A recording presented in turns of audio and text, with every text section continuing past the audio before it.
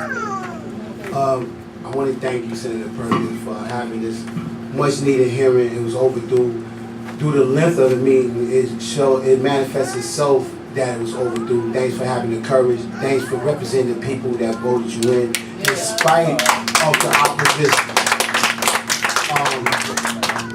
My name is William Hargraves. I'm a parent advocate for, I like to say, all kids, regardless, because they depend on us. I started out being an advocate of PS 123. I also a member of the Coalition for Public Education, who believes in the people-ran Board of Ed. And I like to start off by saying transparency, transparency, transparency, transparency. That has been a reoccurring theme throughout. It's been said by many, and it's been defended by few. So that brings me to another point of contention. The product. What is the charter school product? It should be education. It's not education, it's profit. Who are the pawns? The pawns are the children. What's the name of the game? Monopoly. It is their goal to collect schools because at the end of the day, it represents a big payday. I had that, I'm sorry John White is not here, because there's a lot of things that he said today that directly goes to the issue of transparency.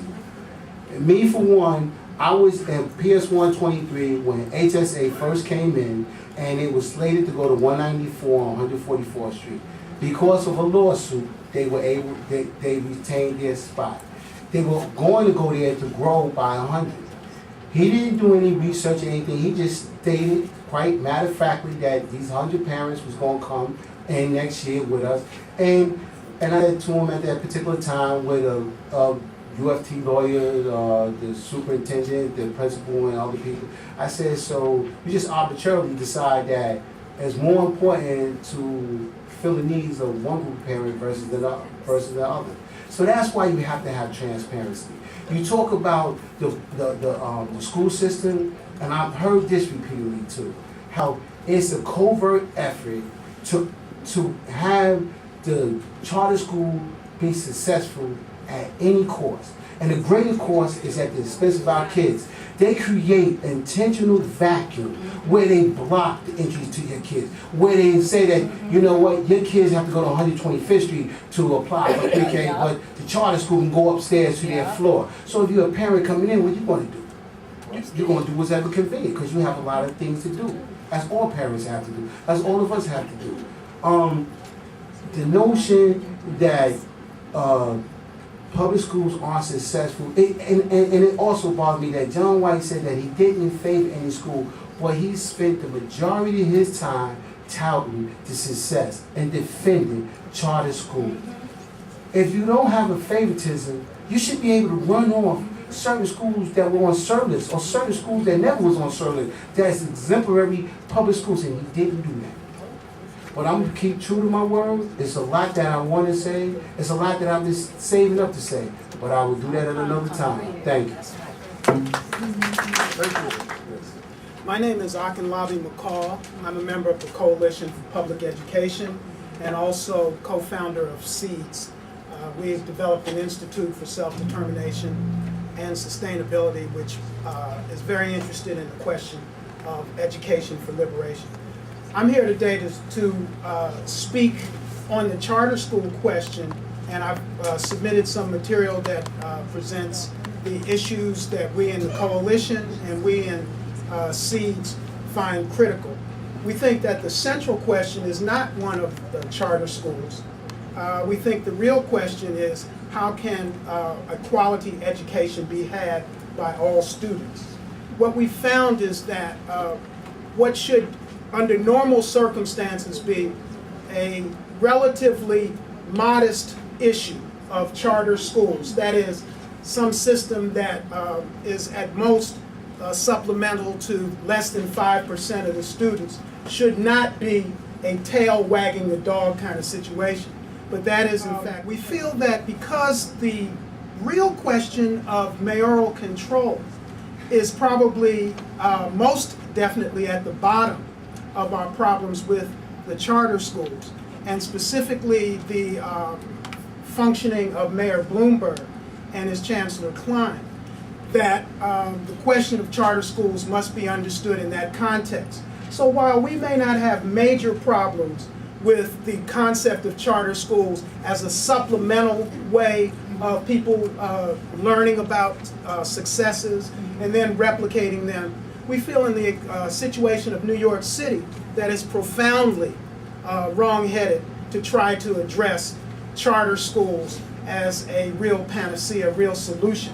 Because under Mayor Bloomberg, you kind of see this reverse calculus. You know how often in the community organizing and development, we talk about the whole trying to work in a collaborative way so that the whole can be greater than the sum of the parts. Under Mayor Bloomberg, because of his dictatorial approach to operating the education system, we see kind of the negative evil twin of that with respect to charter schools. It's like the sum of the charter school parts. That whole is worse than it would ever be under normal mayoral operations or leadership. So that what we suggest are that while we're still struggling with mayoral control, General and Bloomberg and Klein in particular, that you do not really raise the cap.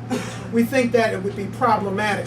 Under normal circumstances, schools that function to help students, there ought to be places and spaces for them to develop. Who would come up with a concept of force-feeding schools that are already operating with scarce space issues? Who would come up with the notion of those schools being the places that you would force another school in? Place after place that we've sat down with parents, we've heard how libraries were shut down. We heard how science labs were replaced by classrooms for the charter schools. None of these things seem to make sense to us unless these are done on purpose. My son used to use the term that was on accident. I don't think Mayor Bloomberg and Chancellor Klein are doing these things on accident. I think that there is some reason that they would decide to place schools on top of other schools. We know, for instance, in your community of Harlem and our community, that there are places where schools received grades of A by the city's own standards that have been forced to take on additional spaces. We've seen, if nothing else, the students and the parents and the teachers all becoming mobilized. So in that respect, Bloomberg has done something positive. But otherwise, it's been a very negative situation. Lastly, I'd just like to say that there are probably 3 or 4 things that would need to improve before any removals of caps or things that would be acceptable. First of all, there need to be a change in governance. The governance structure that has mayoral control shows us how precarious that can be from person to person. Secondly, you need leadership. You need actual leadership that is not divisive in its nature, but in fact builds consensus, that pulls people together. We feel that under Bloomberg that would be problematic.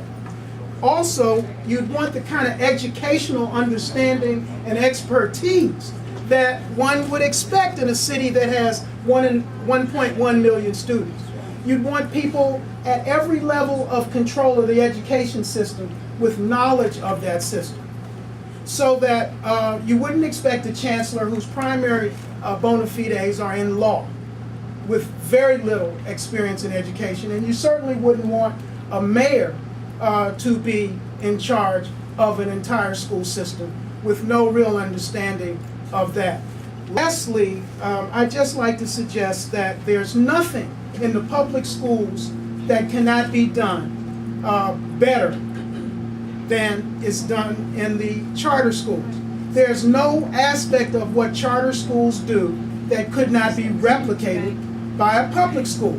We have small schools, we have large schools, we have a variety of structures with respect to pedagogy, with respect to curriculum. All of those things can be done within the public school system.